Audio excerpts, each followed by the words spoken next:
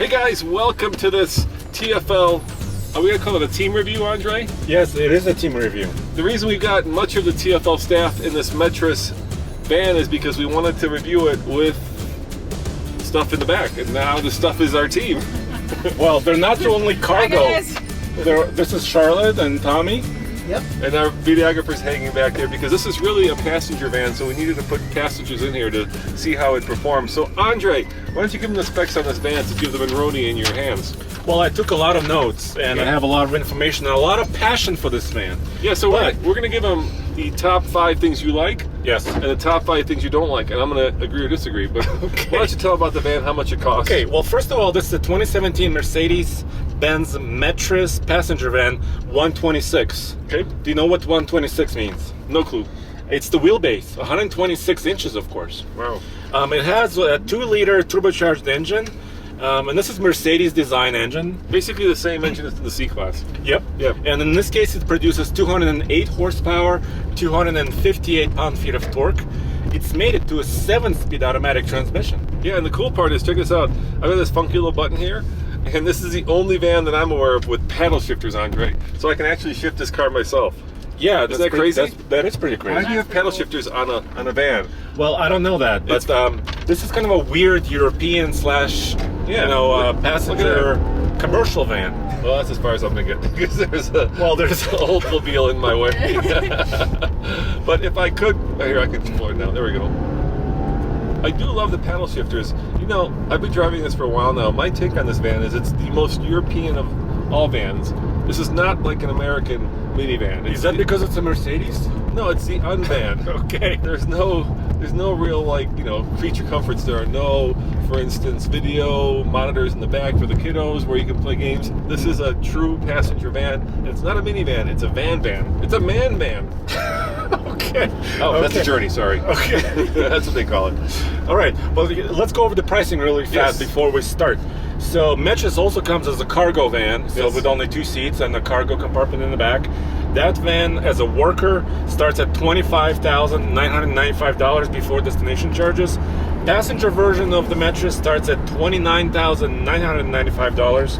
And our van we're sitting in right now with 2 electric assist sliding doors is $35,415. Yeah, the Metris is the Mercedes of vans. Wow, nice. Yeah, I know. I was waiting for that. Nice. All of lunch I was thinking of that. And it's about, let's say, $2,000 more than a comparably equipped ProMaster or the Connect, the Ford Transit Connect, right? It's a little bit more expensive, and obviously because it's got the huge Mercedes star, you're paying for all that comes with it. But not only that, can I give you my first good item that I like? No, give me the bad ones. The bad one first? Yeah, give me your top 5 bad ones. Well, first, the bad item is the outside mirrors. They're too small. They're too small, and I would prefer them to be vertical for towing as well as going around town. How much will this tow? 5,000 pounds. That's a lot. So you are paying not only for the star, Mercedes star, but also for capability. Okay. Another bad item is there are not a lot of options at all for $35,000. Well, there's a lot of European style options. So for instance, I'm looking at a little coffee cup here, which is that attention alert thing, right? Does it mean you're not alert right now? No, it just means that it's on. Okay. But it makes sure that you're kind of awake. It doesn't have, for instance, cruise control, but I figure if you're on the Autobahn, you're probably not driving with cruise control on anyway. So like I said, it's a very European van, right? So I would rather have cruise control in America than paddle shifters, but we have paddle shifters. The infotainment system is kind of an old design. Yeah, it's pretty basic. It has no navigation. That's optional. Yeah. And it's hard to connect. I think Tommy spent a good part of 20 minutes trying to connect his phone and all the rest of the system. Were you able to do it, Tommy? Were you able to eventually connect it? Yeah, I had to cook like a bratwurst and some Wiener Schnitzel. So it's finally connected. Some sauerbraten? Yeah, finally connected. Okay. All right, good. All right, what else you got there? Do you still want the bad list? Yeah, keep going, yeah. Okay, so no cup holders in the second row. Yeah, that's very European. And this is like a shuttle van, right? You go into the hotel or the airport, you want to have a drink, right? But there are 2 in the very back room. Yes, that's correct. And really hard plastics. I mean, everywhere in this van Very hard plastics. It's a working van. It's a working van, yeah. Like, you know, that's also obviously when you load the back up, right? You put stuff in it. It's not going to have a lot of plushness to it. Also, the guys in the back cannot roll down their windows, or even crack them open. They cannot. That's a bad thing. They cannot open their windows. All right. Okay, are you ready for the good stuff? Yeah, let's hear the good stuff. Okay, the good stuff. First is visibility. Great visibility. A lot of big I agree. windows, big windscreen, except for the barn style doors. Yeah. And there's no rear camera, so it's hard to see out the back. I agree. The biggest thing I'm missing with this is that rear-facing camera, because that would certainly be something I'd love to have in a van of this size, right? Because it's pretty far back there. When Yes. you start backing up, you feel like you're kind of backing up a pickup truck. And I parked this next to a Grand Cherokee. Uh-huh. Grand Cherokee looks like a mini compared to this. Tiny It's- thing. It's a big This van. is a big van. Yeah. And a lot Speaking of of it which, is here's a Grand Cherokee. interior space. Yes. So interior space is huge. So behind third row of seats, there's 38 cubic feet of cargo space. If you take all the seats out, which you can do, although they are heavy, you can get a total of 186 cubic feet of space. You know, I got an email recently from a guy who was looking at buying a van, and he wanted to know what's the best van for a tall guy. He said he was 7 feet tall. Yes, I would say this is it.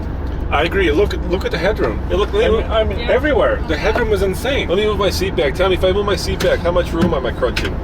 Oh, you're fine. Look at that. And I don't have, I'm not even sitting all the way back. I'm probably like 3 inches forward. And you're 6'2" at yeah, least. tons of room. Look at the headroom. It's great.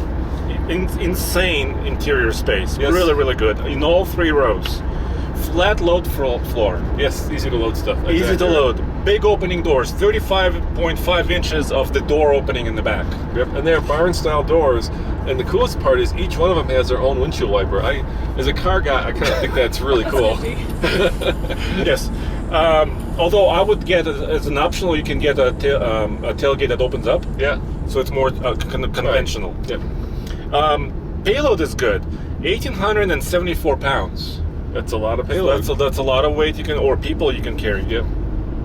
Turning radius is really good. Turning radius is really good. I also like the fact that, for instance, the bumpers around the front are black, Yes. so that, you know, if you hit something and you're in the city or something hits you, right? I mean, vans get bumped into things a lot. Yeah. Pulling in and out of alleys. It seems like it's designed with that in mind, which is great.